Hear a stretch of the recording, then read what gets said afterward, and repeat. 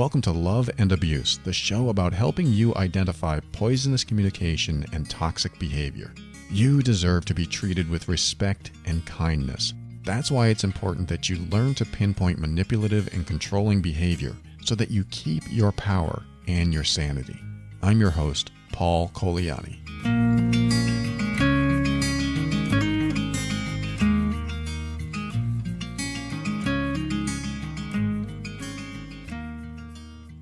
Welcome to another episode of Love and Abuse. If this is your first time listening, welcome to Love and Abuse.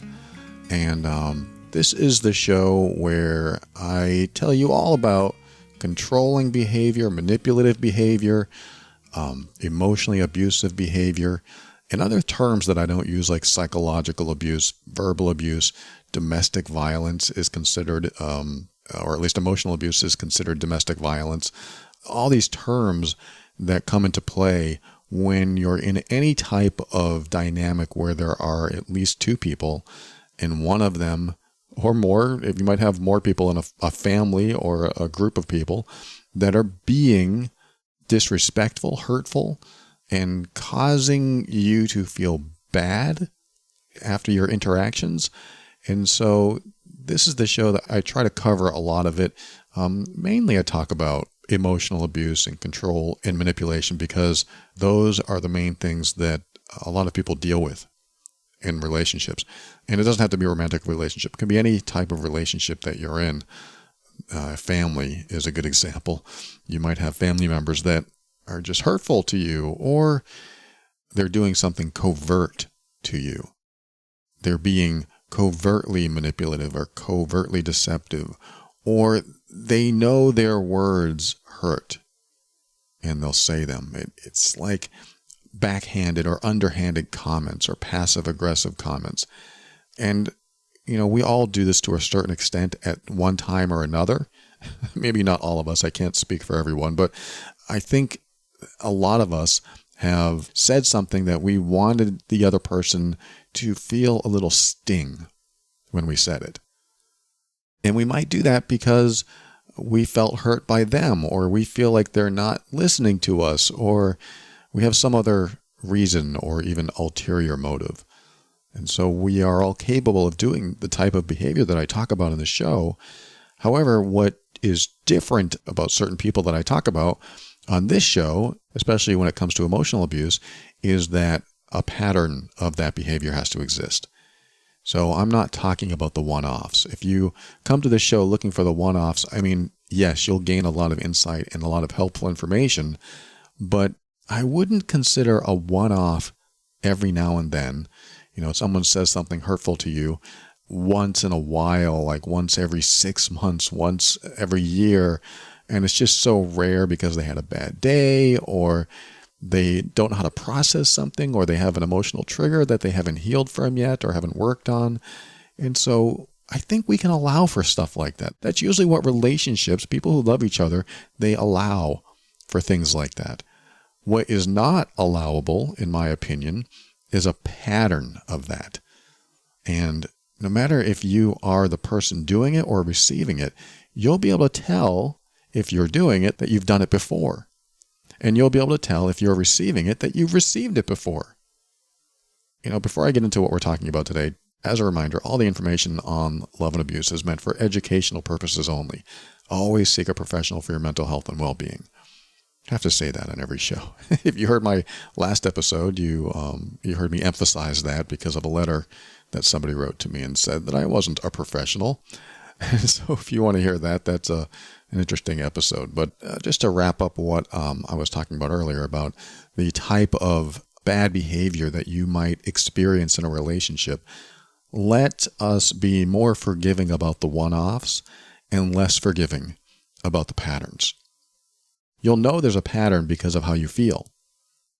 So let's talk about the recipient of emotional abuse. The recipient of emotional abuse knows there's a pattern, or if you don't know, if you're experiencing it, then I'm here to tell you what to look for. And that is typically how I define emotional abuse, is when someone does something or says something that not only makes you feel bad, but makes you feel bad about yourself. And yeah, it can happen. You can go to work and your boss or a coworker can make you feel bad. Hey, this report isn't done yet. Why not? That can make you feel bad. Now, if you feel bad about yourself because of that, that's pretty much something that you're going through. That's something you're processing. Like, oh, geez. Like you may say to yourself, oh, I feel so bad that I didn't get that report done. I wish I had done it. Stupid me. You might have some negative inner dialogue there, or maybe say it out loud. Stupid me. I'm so stupid. Why didn't I get this done? And, that's okay. We're going to do this to ourselves every now and then. We're going to tell ourselves that we're stupid, or we should have done better, or we shouldn't have done something. And this happens. And hopefully that's just a one-off as well. If you say, oh, I'm so stupid, or why did I do that? I shouldn't have done that. If that's a one-off, it's okay. We can go through that and do that kind of one-off to ourselves every now and then. It helps release a little pressure inside of us. It gets out the words that we want to say. We do feel stupid, so let's just express that we feel stupid. But if it's a habit, that pattern is what we have to watch out for. So when it comes to like someone making you feel bad, they're not necessarily making you feel bad. And I use that example, like you go to the office and you didn't get your report done. Not because I believe they're trying to make you feel bad. They might. The person telling you this might be trying to make you feel bad, but it really does come down to how you feel about what they're saying and how you acknowledge it and process it, and if you can get through it and release it, if it affects you at all. And some people it doesn't affect. Some people will just say, well, look, I was busy because you assigned these 13 other things and I didn't have time for that report. So that's not on me. That's on you. Some people have the mental strength to do that. My hope is to have everyone have that kind of mental strength, to be able to look inward and realize that the real truth behind something not getting done or something that wasn't right to someone else, if you know that truth, to be able to speak that truth confidently, without hesitation, without self-doubt, that's a strong place to be. That's a good place to be. Because even if you're wrong, the times that you're right are going to be so reinforcing. And let me kind of explain what I just said there. Even if you're wrong, yes, somebody says you should have gotten this report done, and you realize they're right. Okay, so you might have to eat crow, that term, eat crow, and just admit that, hey, they're right. I'm sorry, you're right. I'll get to it, and I should have had this. I apologize. This helps you build resilience when you're wrong.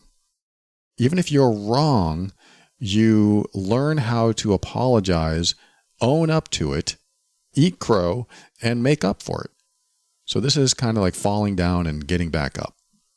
This is what happens when you speak up confidently, without doubt in yourself, and just be mentally strong while you're, quote, defending yourself.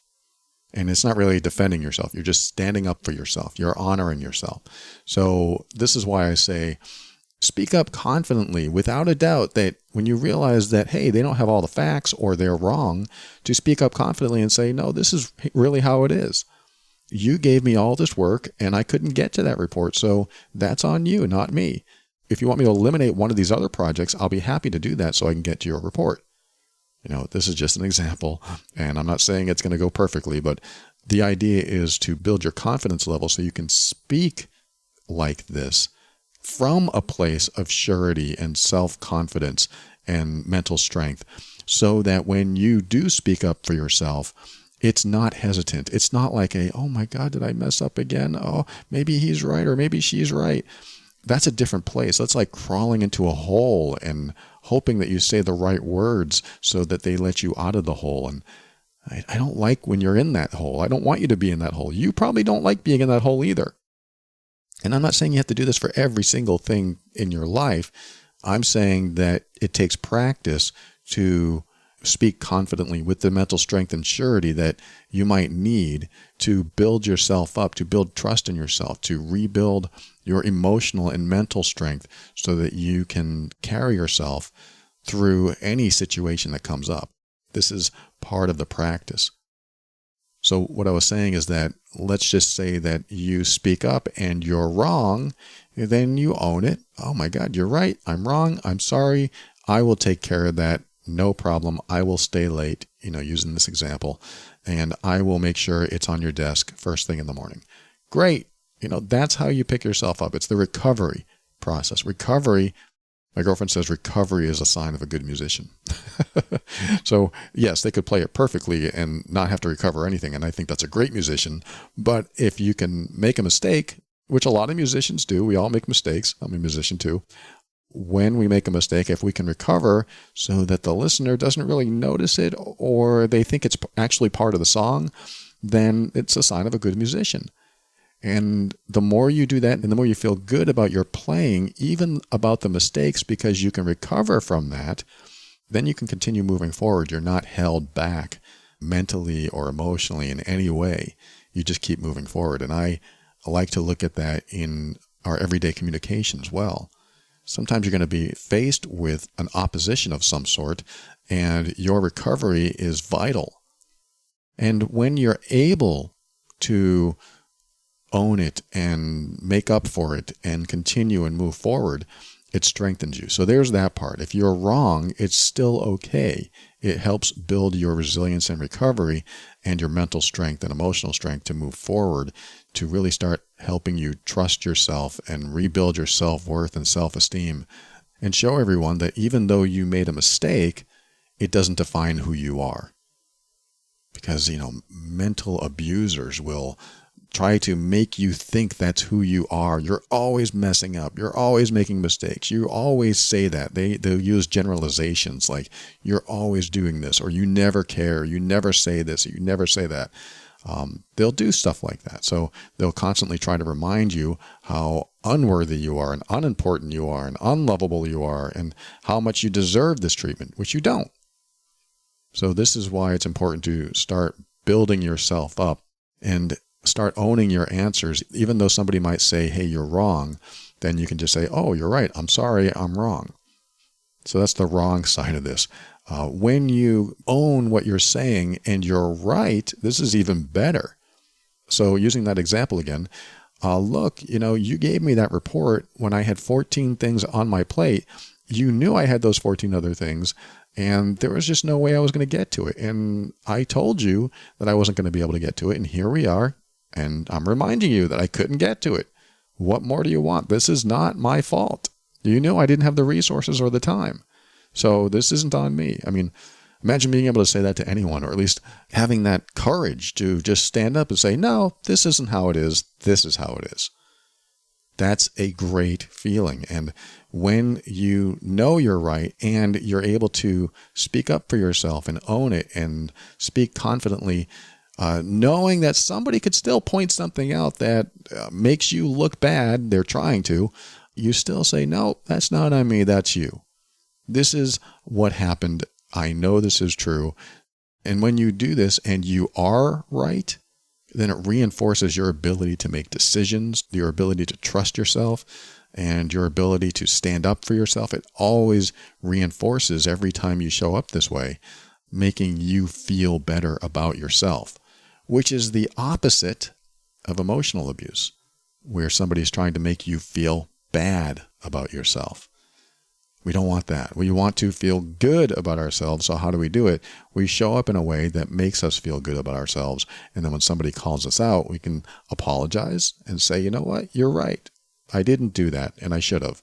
I'm sorry. We own it. And then we move forward. So I hope that makes sense. It's a place of strength. It's a place of empowerment. And I think that's like the strongest place you can be, is to feel empowered in yourself. I feel powerful. I feel good about me. I think that's an empowering place to say something like that. I feel good about me. And I'm not going to let anybody knock me down a notch because I feel good about me. I know I'm worthy. I know I'm important. I know I'm valuable. So I'm not going to let you knock me down. Now, we can work together for a solution, but don't become all high and mighty on me. Now I'm embellishing a little bit, but and that may not work in an office environment, but you know what I'm saying. I'm looking at relationships in general. I was using the office environment as an example. But anyway, I hope that helps you kind of understand how to start rebuilding yourself if you're in that lowered emotional state that emotional abuse can put people in. You can feel shame and guilt and inferior, stupid. You can feel like you're a bad decision maker. You won't trust your instincts. These are all signs that you might be in an emotionally abusive relationship.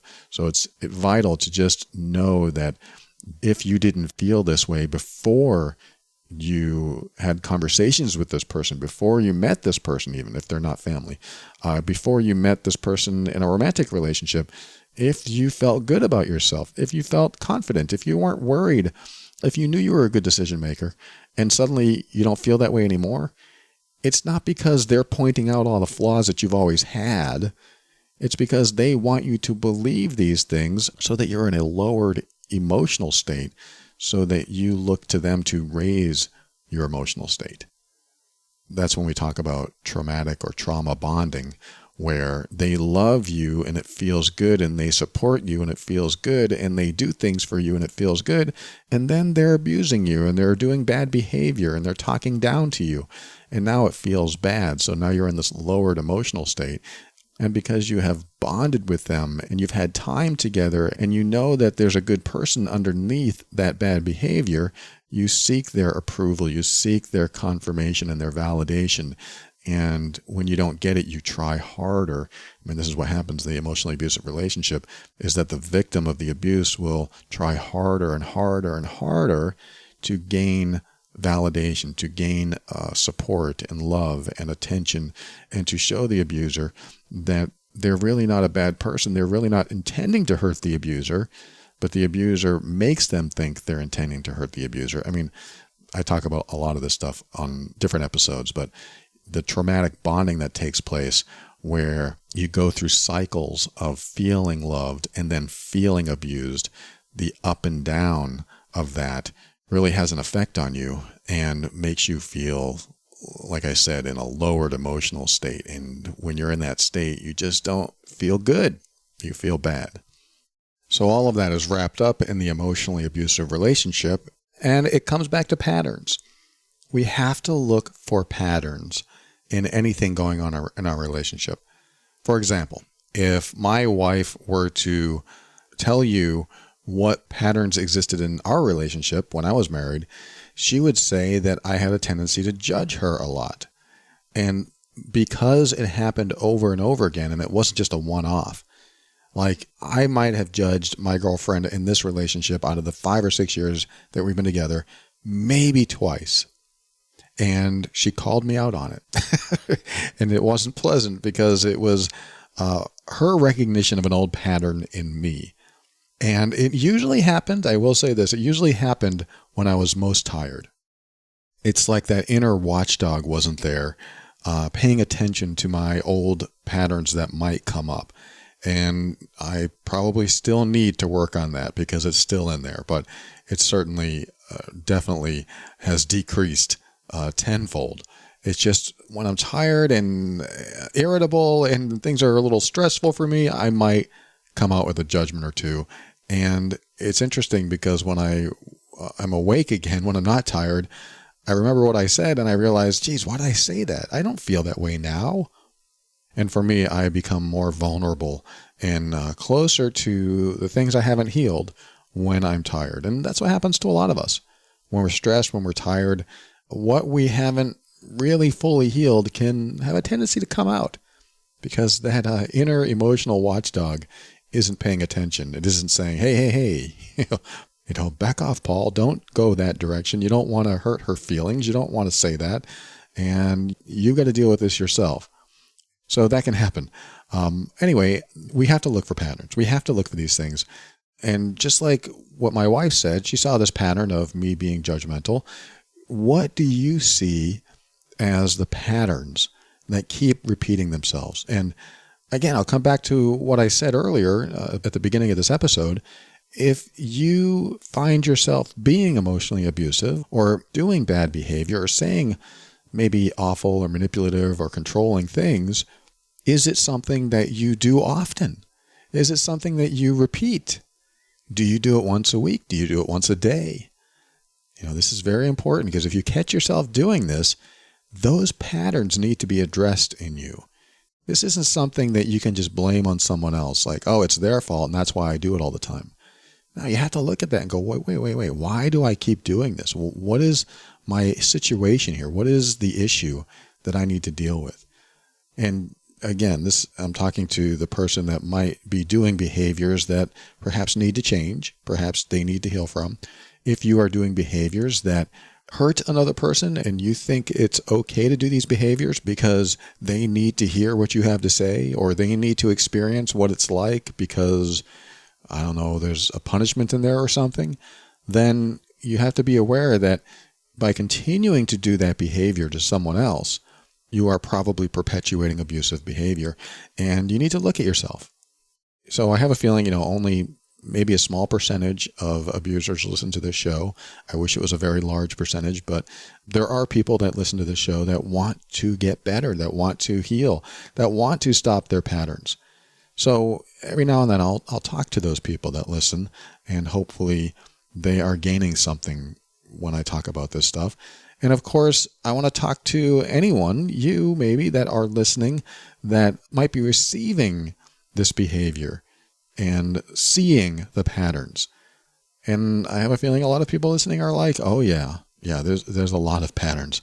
He or she does this all the time. He or she does this every day. He or she, whatever, says this, does this, hurts me in many ways, makes me feel guilty, makes me feel ashamed, makes me doubt myself, makes me not trust my own decisions, decreases my self-worth, makes me think I'm a loser, makes me feel small. And if that happens over and over again, it diminishes you, it deteriorates you. It's an emotionally deteriorating state that you're in, and it continues to wear you down and wear you out. And I hate to say it, but some people have that intention. Some people are intentionally wearing you down so they can feel up. They wear you out so they can feel powerful. They can feel in control. If they're in control, then they don't have to be vulnerable. They don't have to feel insecure about themselves. They can feel confident. They can ride on their ego wave and feel very good that they don't have to change and other people do. And it's a ride that they don't want to get off of. A lot of people do not want to get off that ride. And a lot of the times it's because they have to admit something is going on inside themselves. To get off that ride, they would have to admit that there's probably something they need to address in themselves. But wouldn't it be nice if we didn't have to address anything in ourselves and everyone in the world had to conform and change for us? I mean, I know some people aren't agreeing with that at all, and I'm glad. You shouldn't want to agree with that, but sometimes it's a nice thought to think, you know what, I don't want to have to change. And if you're the victim of emotional abuse, I bet you don't want to have to change. I don't want you to change. A lot of victims of emotional abuse are compassionate, kind, caring, generous, supportive people. They're empathetic. They really, truly want to love the person they're with. And so if you're that type of person, I don't want you to change. But if you're a controlling, manipulative person, and you think that's a good way to be, and you're in a relationship or you know someone that you are trying to control and trying to make conform so that you don't have to look inward and admit anything's wrong with you, that needs to change. The emotionally abusive person really has to look inward and realize that they are perpetuating their own demise. They are continually the common denominator for all their problems. And they need to realize that if they don't make a change, they're going to lose the people they love. The people they love are going to distance themselves.